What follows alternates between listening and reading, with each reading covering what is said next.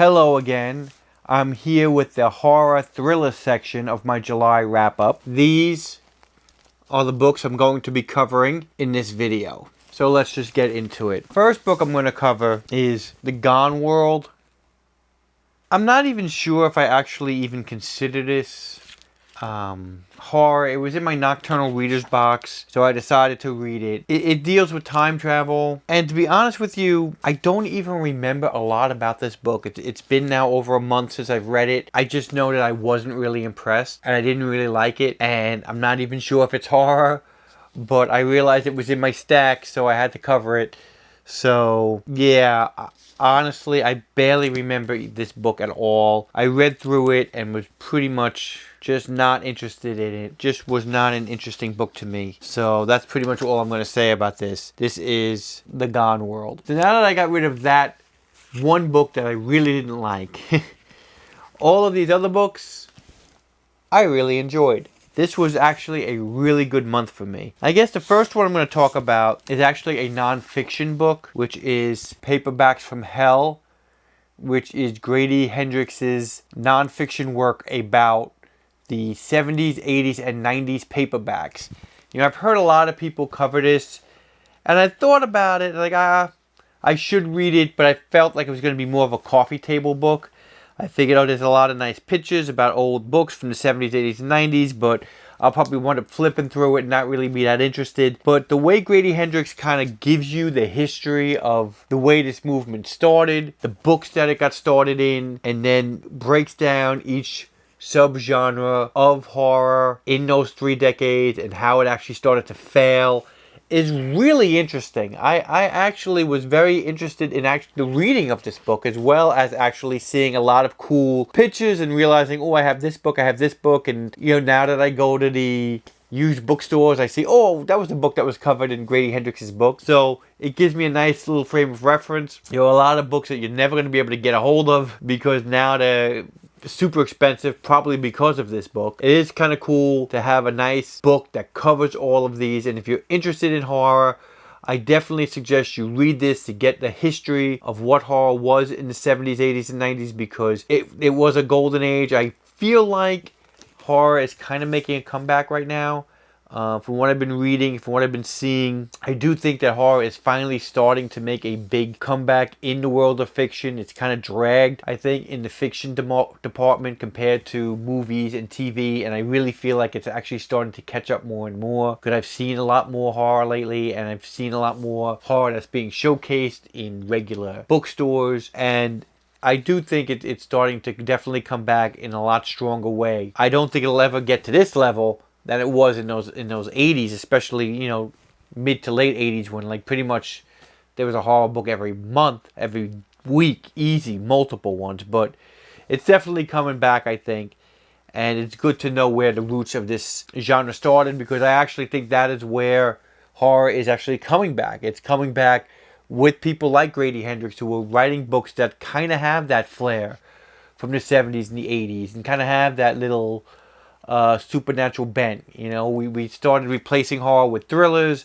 and thrillers kind of took the mantle, which he talks about in this book, and how that kind of was one of the death nails of the horror genre. It's definitely starting to come back, and I really appreciate a book like this. And I have rambled way too much about this book, but definitely pick it up. That is Paperbacks from Hell. Next book I'm going to talk about is a sequel to a book I really loved, which is Kill River 2.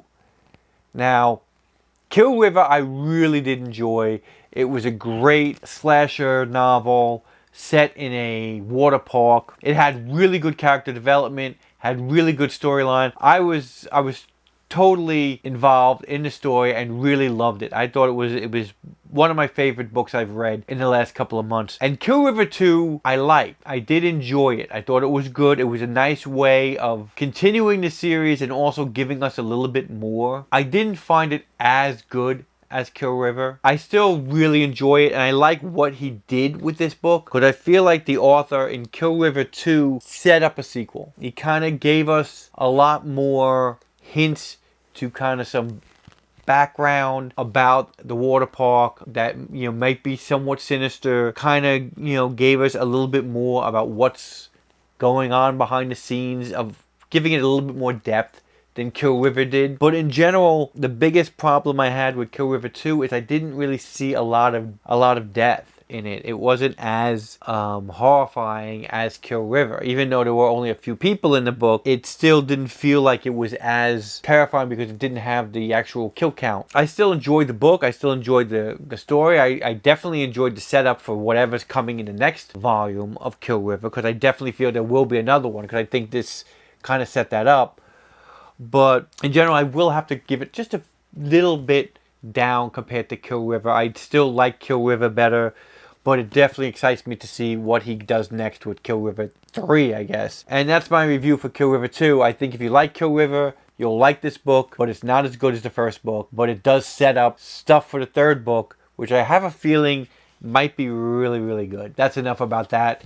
That is my review for Kill River 2. Now, we're going to get to the really interesting books. I'll probably start with the book that I liked probably the most this cycle was Carol Kepnes's You. I've heard so many people talk about this book, and I finally got to read it, and wow. I may do a separate video on this, comparing it to The Collector, which I read for Cammie's Corner, because it is somewhat similar to that book as far as here is a man who is obsessed with a woman and tries to woo her, I guess. And his approach is completely different than what The Collector's approach is, but they have a lot of similar things that kind of happen.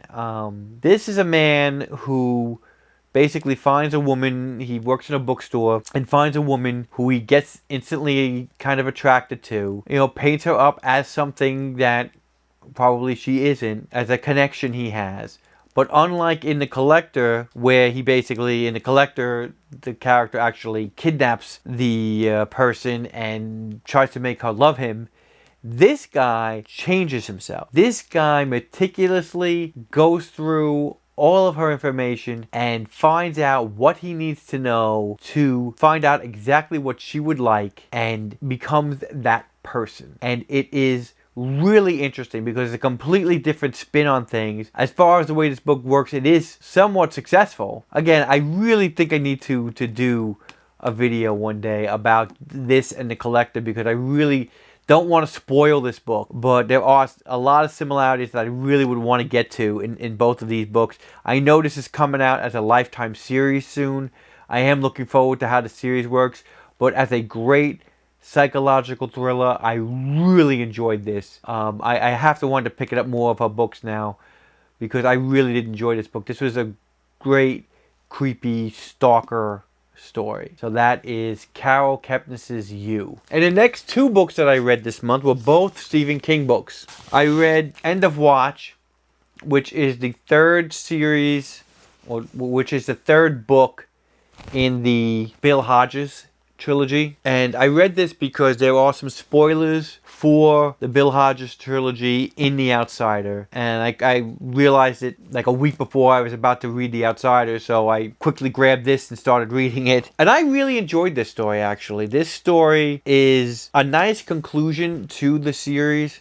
It is about a person who has basically able to manipulate people through a video game. That's why you have the picture of the Game Boy here on the back. So it does have somewhat of a supernatural element, but it's basically a crime story, which is what all three of the Bill Hodges stories are. Some of them have somewhat supernatural elements to it, but this one does have a little bit of a supernatural element to it, and it is a kind of a fitting end to the Bill Hodges trilogy. And I really enjoyed it. I actually enjoyed all three of the Bill Hodges books, and I was pleasantly surprised, because usually I kind of like more horror in my Stephen King. When he starts going a little bit more detective-y, I'm not as big of a fan, but I did enjoy all three of these books, and I would highly recommend you would read them. They're great books. So that is Stephen King's End of Watch. And of course, the other book I read was my selection for the Paul Reed's Book Club, my first book club selection, which is